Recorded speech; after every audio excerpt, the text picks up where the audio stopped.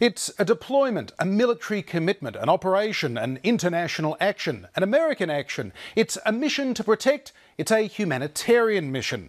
The Prime Minister has called Australia's growing involvement in the campaign against Islamic State many things, but he hasn't called it a war. Again, I stress that this is essentially a humanitarian operation. Strictly speaking, this is a mission in support of the government of Iraq. President Obama has also avoided using the word war, although his chief diplomat John Kerry conceded that if the war on terror against Al-Qaeda is a war, then this is too. We're at war with Al-Qaeda and its affiliates, and in the same context, if you want to use it, yes, we're at war with ISIL in that sense. So, is this a war or is it something else? Is it a debate over terminology, a semantic argument, or is there a difference, legally or even militarily? Joining me is James Brown, the military fellow at the Lowy Institute and a former army officer who served in both Iraq and Afghanistan, and Ben Saul, Professor of International Law at the University of Sydney. Welcome to you both. Ben, first to you, is there a specific legal definition as to what is a war and what is not, or is this a matter of semantics now?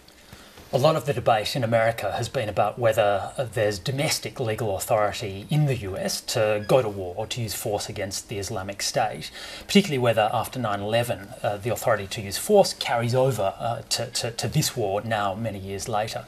Under international law, the question is a different one, and that is there legal authority to use military force, number one, and number two, are we in an armed conflict to which the law of war, that is the Geneva Conventions, apply? And James, in a military sense, if it looks like a war, sounds like a war, it is a war, or is there a distinction? Well, countries stopped formally declaring war around about the 1940s because we don't deploy the entire country to war like we used to. But having said that, defence looks at these kind of operations and classifies them in two ways. Are they warlike or are they non-warlike? If they're warlike, there's a chance of combat against an armed adversary and there's a chance of casualties too. And this deployment will be a warlike deployment, so it is a war. Ben, the Prime Minister draws the distinction in this way. He says this is a mission, not a war, because one, Australia was invited by the Iraqi government. Two, Australia's purpose is to protect the Iraqi people. And three, Australian forces won't be engaging in independent operations. What do you think of those distinctions? Legally, what really matters is what we're doing, not why we're doing what we say we're doing. What's critical here is whether Australian forces are directly engaging in military hostilities in Iraq and potentially in the future in Syria as well. And if the answer to that is yes, because we're bombing Islamic State forces, we're flying air cover for others who are bombing Islamic State forces, then the answer is very simple. Yes, we are at war. If, on the other hand, we're just providing humanitarian relief through food drops and so on, then in that case we're probably not at war in the legal sense.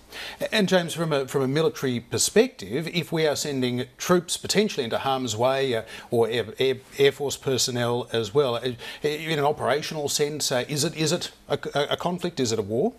Well, if we were sending commandos on a 24-hour raid, you might call it a mission.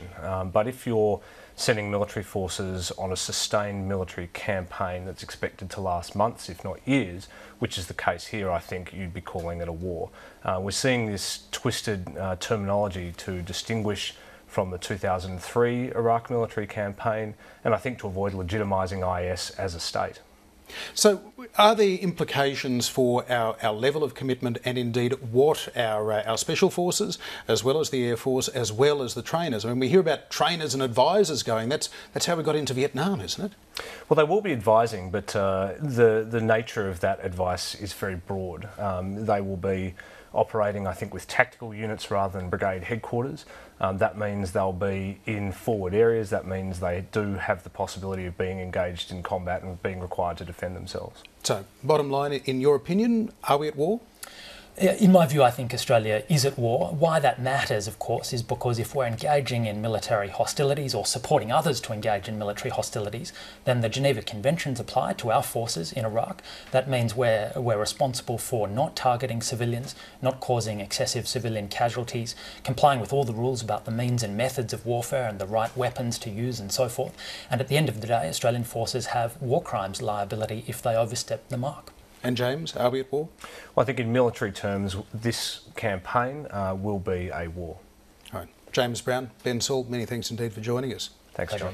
And you can find out more on this topic on our website, abc.net.au/fact check. But those are the facts for this week. We'll see you next time. Bye for now.